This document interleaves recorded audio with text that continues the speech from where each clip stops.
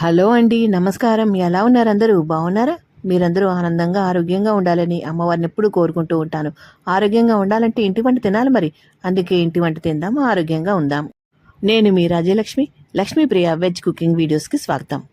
ఈరోజు వీడియోలో త్వరగా ఈజీగా చేసుకునే పుల్లగా కారం కారంగా మామిడికాయ పచ్చి పులుసు చేసి చూపిస్తానండి. చాలా బాగుంటుంది.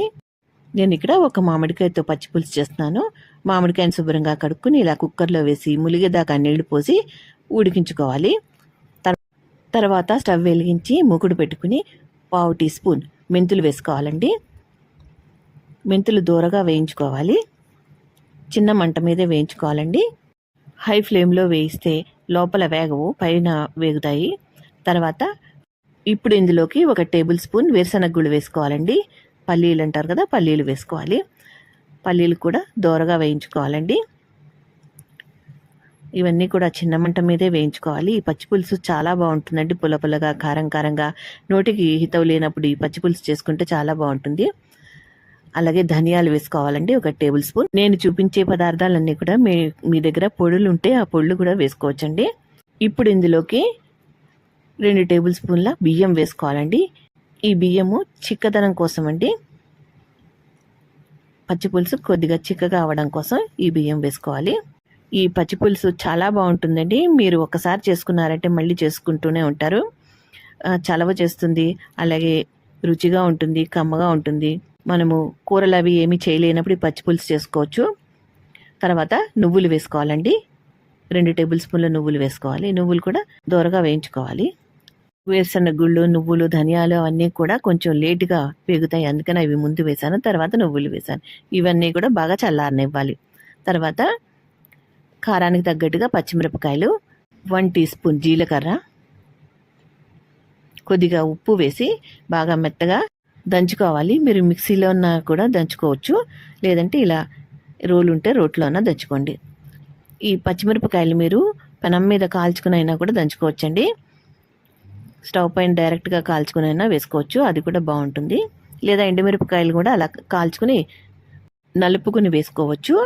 మనం ముందుగా ఉడికించి పెట్టుకున్న మామిడికాయని తొక్కు తీసేసి దాని గుజ్జంతా తీసుకోవాలండి. ఇది చాలా పుల్లగా ఉందండి ఈ కాయ. 1.5 లీటర్ పచ్చి పులుసు అయితే అవుతుందండి ఈ మామిడికాయతోటి. మీకు కావాల్సిన క్వాంటిటీ తగ్గట్టుగా మామిడికాయలు ఉడికించుకొని చేసుకోవచ్చు. ఈ విధంగా పల్ప్ అంతా కూడా తీసేసుకోవాలి. కొద్దిగా నీళ్లు పోసి పల్పుని తీసుకోవాలి.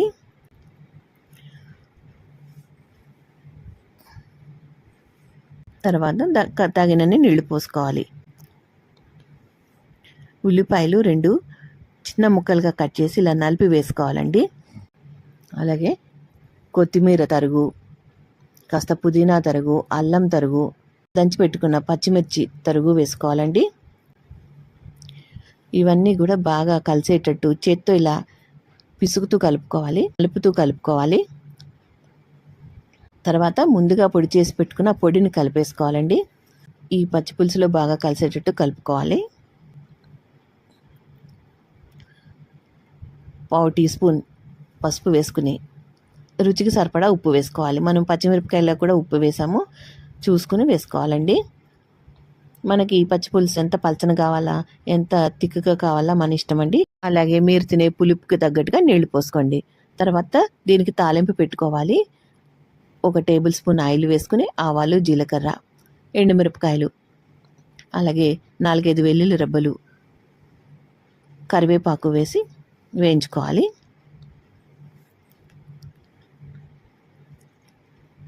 తర్వాత 1/2 టీ స్పూన్ ఇంగువ వేసి వేయించుకోవాలండి.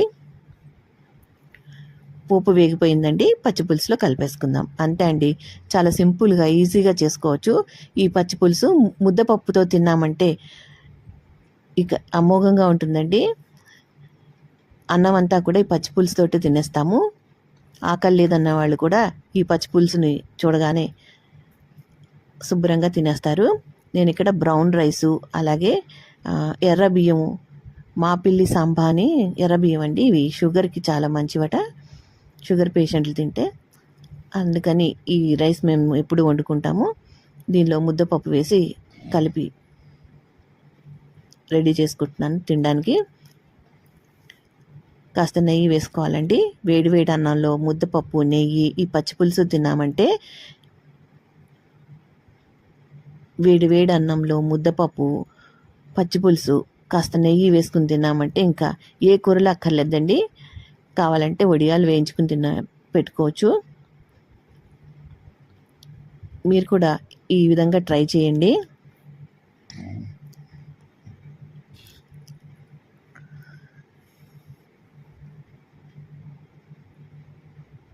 నాలుగు ముద్దలు ఎక్కువే తింటారండి ఈ పచ్చిపులుసుతో. సమ్మర్కి చాలా బాగుంటుంది. ఈ ఎండవేడికి కూరలు అవి తినలేము, వేపుడు కూరలు అసలు తినలేము. ఇలా పచ్చిపులుసు చేసుకుని తిన్నారంటే ఆరోగ్యానికి ఎంతో మంచిది.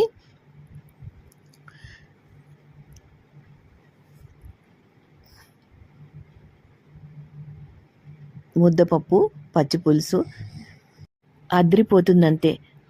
తప్పకుండా మీరు కూడా ట్రై చేయండి. ఈ రెసిపీ మీకు ఎలా అనిపించిందో కామెంట్స్లో చెప్పండి.